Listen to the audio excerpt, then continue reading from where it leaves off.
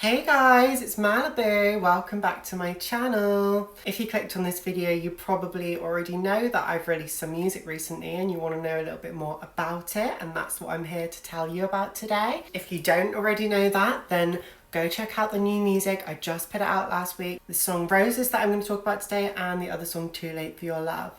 But yeah, I wanted to make a little video kind of explaining how this song came about and the process of making it. And this song actually started a long time ago, and people who have been following me since 2015 might remember the original version of this song, and you'll know that it came from my 2015 mixtape, the original version.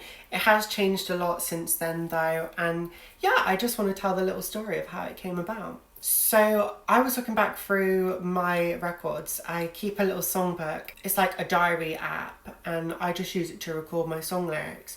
And I was looking back, and I actually wrote this song way back in 2013, which is interesting because my debut mixtape came out in 2014, and it was a very different vibe to what this song is. This song featured on my second mixtape, but my first mixtape was Lick Me. I was writing songs like Lick Me and Chew Me and Juicy and whatever the fuck else I put on that mixtape.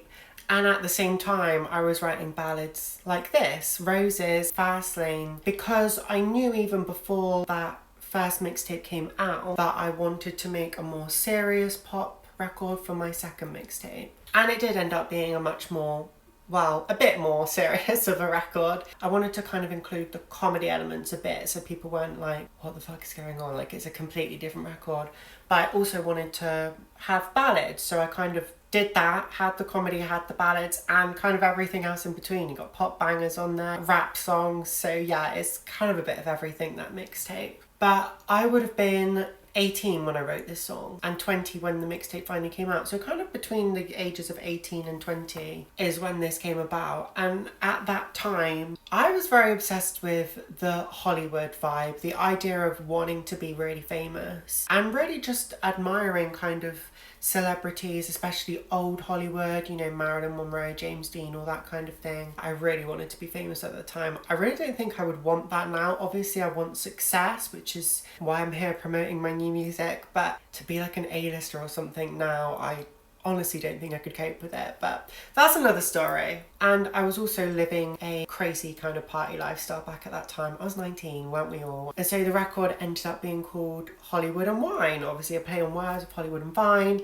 and it just was fitting for that time of my life. And Roses was the final song on that mixtape because it was the saddest little emotional ballad. I thought it was kind of the only place on that mixtape that it could go. I like finishing an album with a sad ballad. It's a nice way to finish off an album, isn't it? Even like a pop banging album, a nice little ballad on the end is cool. So that's where Roses was originally from. The lyrics of the song talk about an unrequited love, a love that's sort of unreachable. I'd never been in love at the time that I'd written this. I really wanted to be, but I also really liked the idea of intertwining this search and desire for love with kind of the search and desire for fame at the same time, which was perfect for the Hollywood and Wine mixtape. And the lyrics haven't changed from the original version, but it's why lyrics like, how do I find you? Your love's the key to my soul. Because I'm singing about like this thing that I desperately want, this love, but I already know it so well and know that it's what I want.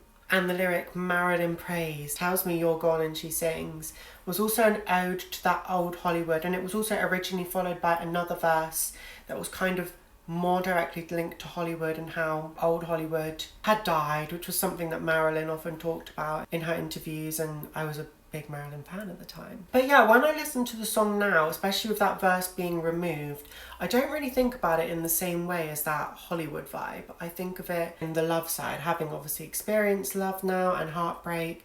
That to me is what this song represents now. That's a little backstory for you, that's where it originally came from. And then the remaking of this song started almost 3 years ago now, when I first met my boyfriend Richard, who plays the guitar, and he plays the guitar on this song and throughout the album that is coming. And he also produced the whole thing. So he learnt the song in guitar, he eventually sent me a demo to it. He insisted that the song needed a guitar solo, and honestly the guitar solo makes the song for me now, so I'm so glad we included it. But at the time I remember being like, this guy, he's on crack. He's like a rock lover. So I'm not a rock lover. I've never really listened to rock music. So it was a weird thing for me. But I also liked the idea of making it a little bit different. And I think it does. It really brings the song out, and that dramatic ending is perfect for it. Then I re-recorded the vocals. The vocals of the original were not good. And it was originally a piano song, by the way. I don't know if I mentioned that. Piano played by my friend Hayley. Shout out to Hayley. I just originally sent her a demo of me singing, and she came up with the whole piano thing just from scratch. And so Richard used the same chords and turned it into a guitar song. And then we came up with harmonies, and bit by bit over the next 2 years we kind of slowly brought it together. It took us a long time because we weren't constantly working on it. We obviously were just living our lives, getting to know each other. We started making it like very soon into our relationships. It started off as just like an idea, and it's obviously grown to be so much more than that. And we're now making an album, and it just so happened that as we were planning how the album would come out, the kind of order we would release the songs and what would make sense, it just so happened to be that the first song that we had worked on together made perfect sense to come out as the first single for our new collaborative album, and now everyone can listen to it. Yeah, it's really cool to have new music out again. I think this is the best quality music I've ever released, and I hope you guys like it, and I can't wait for you guys to hear what else we've got to come. So stay tuned. Subscribe if you're not already. Give us a thumbs up. Follow me on the other platforms if you want to. I'm on Instagram, TikTok, Threads, Twitter, etc. I mean X, you know, all the good places. And of course the music is on Spotify, Apple Music, Amazon Music, Tidal, Deezer, wherever the fuck you listen to your music.